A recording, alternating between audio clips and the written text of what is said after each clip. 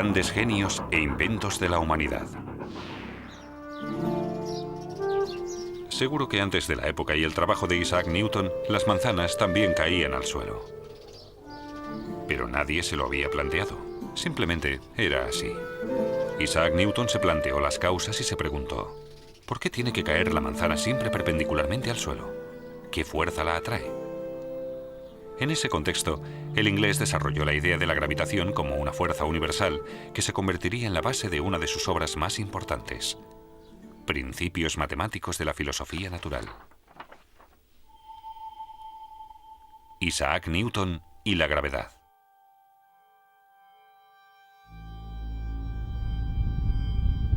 Los movimientos de los astros siempre han fascinado al hombre. Desde el principio de los tiempos, ha intentado averiguar las leyes subyacentes. 600 años antes de Cristo, el filósofo griego Anaximandro afirmó que la Tierra era un cilindro y que se encontraba en el centro del universo. En su interior ardía el fuego del infierno. Sobre ella se encontraba la bóveda celestial, y detrás de esta ardía otro fuego. A través de unos agujeros en la bóveda celeste translucían las llamas, eran las estrellas. Un paso más lejos fue Claudio Ptolomeo, que vivió en Alejandría en el siglo II después de Cristo. Él también veía la Tierra como el punto central del universo, pero para él, la Luna, el Sol y los planetas giraban en torno a la Tierra en trayectorias circulares fijas, las denominadas esferas. Con esa teoría, los astrónomos fueron capaces de predecir con más exactitud los eclipses de Luna y de Sol y la posición de los planetas. Pero es curioso, era una teoría falsa la que les llevaba a la mayoría de estos resultados. Pasaron más de 100 años hasta que en el siglo XVI Copérnico desmontará esa visión de la Tierra como el centro del universo. El canónigo polaco afirmó que los planetas giraban en torno al Sol y entre estos planetas, la Tierra. Pero no fue capaz de demostrar su teoría. A principios del siglo XVII, el astrónomo Johannes Kepler consiguió pulir la concepción del universo de Copérnico mediante la observación precisa de los planetas y el descubrimiento de la regularidad matemática. Afirmó que los planetas no giraban en torno al Sol en órbitas circulares, sino elípticas. Y se percató de que los planetas más cercanos al Sol recorrían su órbita con más rapidez que los que se encontraban más alejados. Pero Kepler no logró averiguar qué era lo que hacía girar a los planetas en torno al Sol.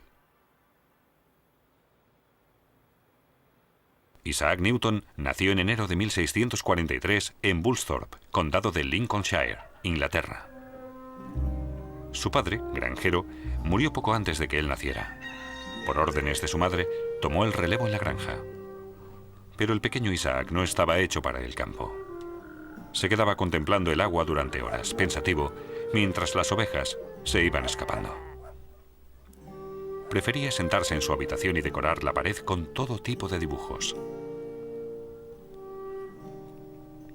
Gracias a su tío, párroco, no tuvo que quedarse trabajando en la finca familiar y pudo ir a la Escuela Libre de Gramática de Grantham, la ciudad vecina. Una familia de boticarios de confianza acogió a Newton. Con ellos aprendió sobre muchas plantas medicinales y al poco tiempo ya creaba sus propias fórmulas. A los 18 años, Isaac Newton se matriculó en el prestigioso Trinity College de la Universidad de Cambridge para estudiar matemáticas y filosofía. Pocos años después, ya ejercía de profesor de matemáticas en la universidad. Sin embargo, sus inquietudes iban más allá del campo de las matemáticas. Newton se interesó por diversos fenómenos físicos y químicos, y él mismo fabricaba las herramientas que necesitaba para sus investigaciones. Con su telescopio reflector, estudió los movimientos de los planetas en el cielo estrellado, pero se preguntaba qué era lo que los mantenía en sus órbitas elípticas. Los filósofos naturales, como se consideraba a los científicos en aquella época, debatían las diferentes hipótesis. Entre ellos el inglés William Gilbert afirmaba que unas fuerzas magnéticas invisibles e incomprensibles accionaban los cuerpos celestes en el universo. El francés René Descartes prefirió dar otra explicación. Según él, todo el universo se componía de partículas materiales, y los planetas giraban dentro de ese enjambre de partículas como una hoja en un remolino de agua. Un joven astrónomo inglés dio por falsa esa hipótesis, Edmond Halley. Durante años se había esforzado por formular una teoría del movimiento de los cuerpos celestes. En vano. En agosto de 1684, Halley viajó a Cambridge. Allí coincidió con Isaac Newton, de 41 años, y pensó esperanzado que quizás aquel prestigioso profesor de matemáticas sabría algo más y podría ayudarle. Halley hablaba de una fuerza central que situaba los planetas en su órbita. Eso no era nuevo para Newton. Hacía muchos años, cuando estudiaba, Newton se había hecho cargo de la misma cuestión. Y formuló, al parecer sin esfuerzo, una teoría matemática sobre los efectos de esa fuerza. Pero nunca se había preocupado por publicarla y prácticamente la tenía en el olvido.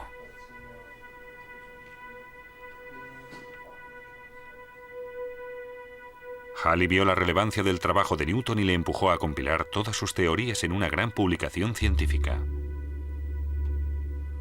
Newton cedió y comenzó a trabajar en sus principios matemáticos de la filosofía natural. Un total de 3 libros, cuya publicación financió el propio Halley 2 años y medio después.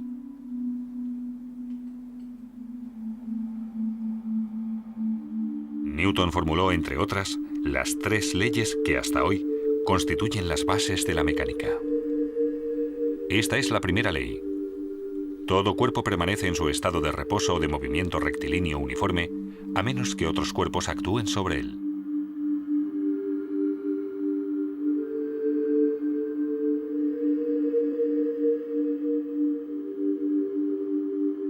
Según la segunda ley de Newton, la fuerza neta aplicada sobre un cuerpo es proporcional a la aceleración que adquiere dicho cuerpo.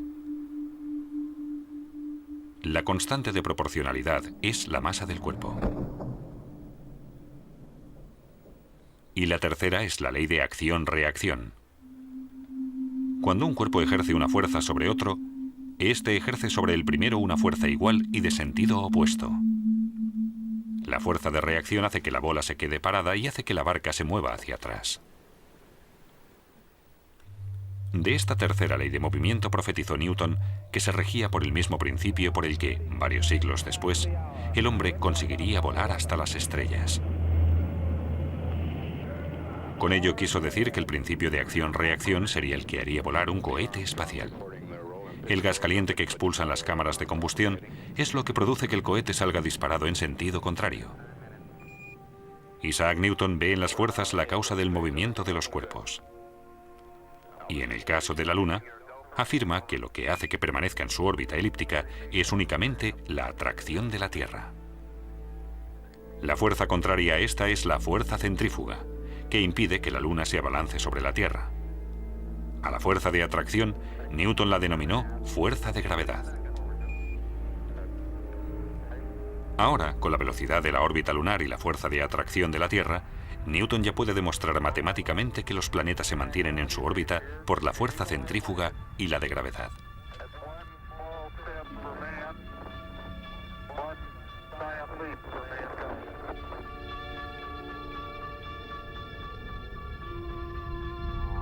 Pero Newton aún no está satisfecho. Y se plantea, si la fuerza de gravedad terrestre atrae la Luna a la Tierra, ¿no podría también la fuerza de gravedad del Sol mantener a la Tierra en su órbita elíptica y la de Júpiter a sus satélites? De ser así, la fuerza de gravedad sería una propiedad común de los cuerpos masivos, aplicable a los movimientos de todos los cuerpos celestes.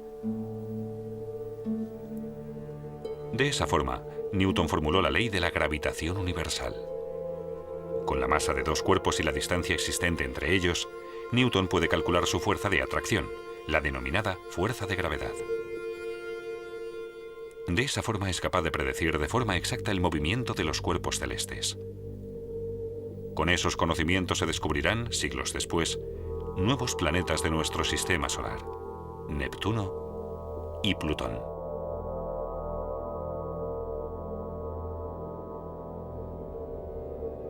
Con la ley de la gravitación de Newton se corrobora matemáticamente la concepción del mundo de Copérnico. Y por fin, se despejan las dudas sobre la Tierra. La manzana cae siempre perpendicularmente al suelo por la fuerza de gravedad y llega al suelo más rápido que una pluma debido a la resistencia del aire. Con el principio de la fuerza de gravedad, Newton también consigue explicar las mareas, alta y baja. Lo que influye sobre el nivel del mar es la fuerza de gravedad de la Luna. Hasta hoy, la ley de la gravitación de Newton constituye los pilares de la física clásica. Pero a principios del siglo XX llegaron Albert Einstein y su relatividad. El trabajo de Einstein revolucionó nuestra imagen del universo. El físico alemán desmontó la teoría de Newton que afirmaba que el espacio y el tiempo eran independientes uno de otro. Fue más lejos en sus escritos y afirmó que la gravedad influye en el transcurso del tiempo. En un planeta mayor y más pesado, el tiempo transcurre más despacio que en uno más pequeño y ligero. Newton describió la gravedad como una fuerza entre dos cuerpos. Einstein la percibe como una propiedad capaz de alterar el espacio y el tiempo. La gravedad de Einstein no solo afecta a los cuerpos, también tiene influencia sobre las ondas electromagnéticas y, por tanto, sobre la luz.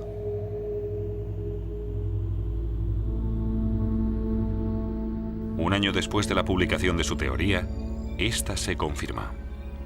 Durante el eclipse de Sol del año 1919, los astrónomos observaron que un rayo de luz de una estrella lejana, como Einstein había augurado, se desvió sobrepasando el Sol.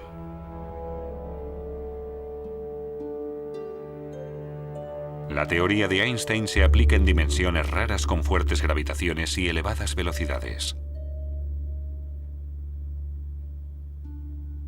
Pero nuestro día a día se rige por la ley de la gravitación de Newton. A los 50 años, Newton puso fin a sus investigaciones científicas. En 1696 se asentó en Londres como director de la Real Casa de la Moneda y luchó contra la falsificación. En reconocimiento por sus aportaciones científicas, en 1705, a la edad de 62 años, la reina Ana le dio un espaldarazo y lo ascendió a la nobleza. Sir Isaac Newton murió a la edad de 84 años en Londres y se le enterró en la abadía de Westminster. En la actualidad, Newton sigue estando entre los científicos más importantes de la humanidad. No solo se le considera el creador de la física clásica. La física moderna también le debe las bases de la acústica y la aerodinámica. En el campo de la óptica, Newton descubrió que la luz se compone de colores espectrales. Y también descubrió los anillos de Newton, un fenómeno característico causado por la reflexión de la luz. A pesar de su éxito, Newton era consciente de las limitaciones de sus conocimientos científicos.